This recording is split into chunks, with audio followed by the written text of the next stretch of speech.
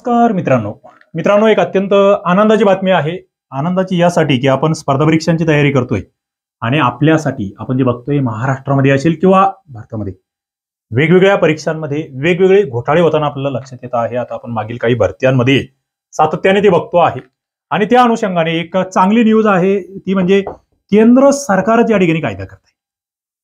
आपण राज्याने कायदा करावा यासाठी आग्रह धरला होता, पण इथे केंद्र सरकारचा हा कायदा करतोय. कारण केंद्र सरकारचा कायदा येतोय सगळ्यात महत्वाचं, आतापर्यंत यासाठी कोणताही कायदा नव्हता.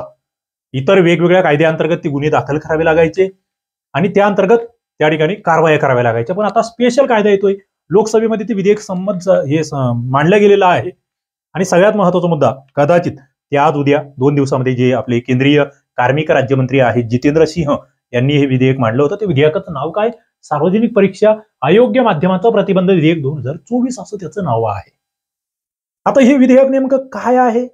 याच्यातून खरंच हे जे भरत्यांमध्ये जे काही फ्रॉड होत आहेत, चुकीच्या मार्गाने लोक मध्ये जाण्याचा प्रयत्न करतायत, त्याच्यावर काही परिणाम होतील का, काय होतील ते आपल्याला या ठिकाणी बघायचे आहे. सगळ्यात महत्वाचं पेपर फुटी आणि बनावट संकेतस्थळ या दोन गोष्टी इथे फोकस करता आहे. ते म्हणजे याचा ढाचा जर तुम्ही बघितला तर पेपर फुटी विरोधात हा आहे आणि दुसरं बनावट संकेतस्थळ वगैरे वापरून त्या ठिकाणी जे काही फसवल्या जातं आहे सामान्य विद्यार्थ्यांना त्याच्यावर निर्बंध आणणारं हे सगळं आहे. बघा या ठिकाणी सगळ्यात महत्वाचं यांनी जे केलंय ते म्हणजे गुन्हे. यांनी ना 4 गोष्टी फोकस केल्या या ठिकाणी. पहिला म्हणजे बनावट संकेतस्थळ. जर तुम्ही एखादी वेबसाईट वापरता आहात, भरती निघली म्हणून खोट्या जाहिराती आणल्या लोकांनी, पैसे भरून घेतले, फॉर्म भरून घेतले, पैसे गेले, ती वेबसाईटही गायब झाली, ते लोकही गायब झाले आणि पैसे गायब झाले.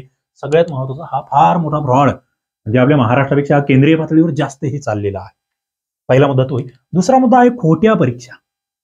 तर काही काही बनावट पेपर म्हणजे ते जाहिरात खोटी, त्याला परीक्षा त्याची खोटी, त्याला खोटं नियुक्तीपत्र, त्याचं खोटं सिलेक्शन लिस्ट त्या ठिकाणी बनवणार, त्याला घरी पत्र येणार, पोरगा तिथे जातो या ऑफिसच नाही. तुमच्या आजूबाजूला तुम्ही कधीतरी हे ऐकलेलं असणार आहे. मग त्या खोट्या परीक्षातूनच ती बनावट नियुक्तीपत्र जी आहेत ती त्याच्या विरोधामध्ये म्हणजे निवड झालेले उमेदवार जे आहेत त्याला बनावट नियुक्तीपत्र द्यायचे, त्यांच्याकडून पैसे घ्यायचे, पैसे कमवण्याचे धंदे बरं का सगळ्याच ठिकाणी तिचे आर्थिक फ्रॉड याच्या मागे. त्याच्यानंतर आहे की हा मुद्दा फार महत्वाचा आहे, केंद्रामध्ये प्रवेश म्हणजे परीक्षेशी संबंधित जी व्यक्ती नाहीये त्या जे काही अडथळे आहेत त्यांना कोणत्याही परिस्थितीमध्ये त्या ठिकाणी प्रवेश भेटणार नाही जिथे परीक्षा चालू आहे.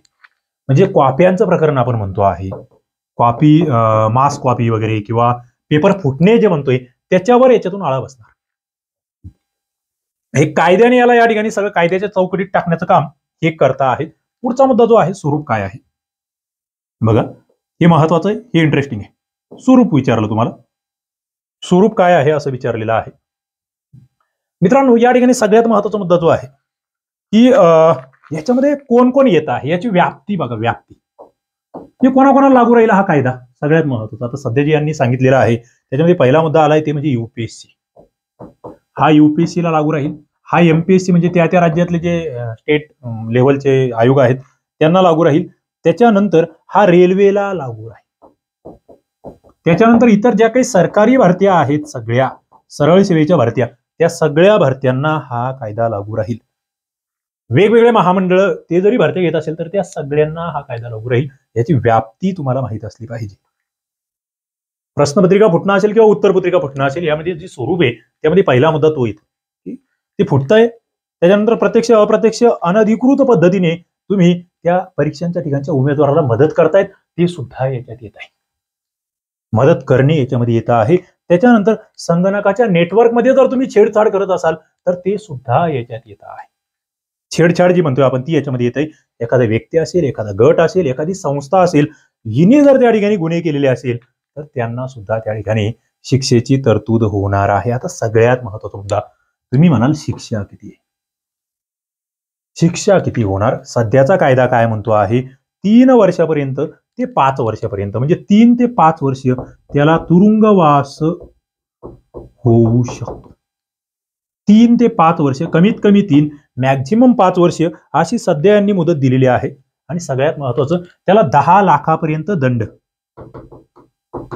2 गोष्टी, तुरुंगवास किती 3 ते 5 वर्ष, 10 लाखापर्यंत दंड सध्याच्या या विधेयकामध्ये ही तरतूद आहे. याच्यात पुढे काय होतं आणखी त्याच्यावर चर्चा झाल्यावर काय होतं त्या गोष्टी. आणि सगळ्यात महत्वाचं इथे आता हे जे याच्यात सहभागी होते त्यांचा आहे, पण याच्यामध्ये जो सेवा पुरवठादार आहे, तुम्ही एखाद्या कंपनीला दिलं, समजा तुम्ही म्हटले की आम्ही TCS ला पेपर दिला, आम्ही IBPS ला पेपर दिलेला आहे घेण्यासाठी सरकारने, आणि त्याच्यात जर ती कंपनी दोषी आढळली तर तिला 1 कोटी रुपयाचा दंड या ठिकाणी त्या कंपनीला असणार आहे. 1 कोटी रुपयाचा दंड. म्हणजे परीक्षा घेणारी जी कंपनी आहे तिला सुद्धा यांनी, आणि सगळ्यात महत्वाचं, तिला पुढचे 4 वर्ष तिच्यावर बॅन करण्यात येणार. तिला पुढचे 4 वर्ष परीक्षा घेता येणार नाही कुठेही.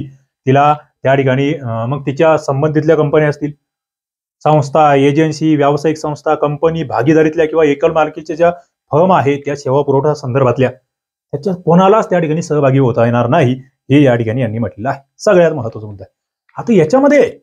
आता याच्यावर एक अधिकारी असणार आहे ना सरकारचा, की बाबा या अधिकाऱ्याने या कंपनीला हे दिलं, त्या अधिकाऱ्यावर सुद्धा इथे कारवाई होणार आहे.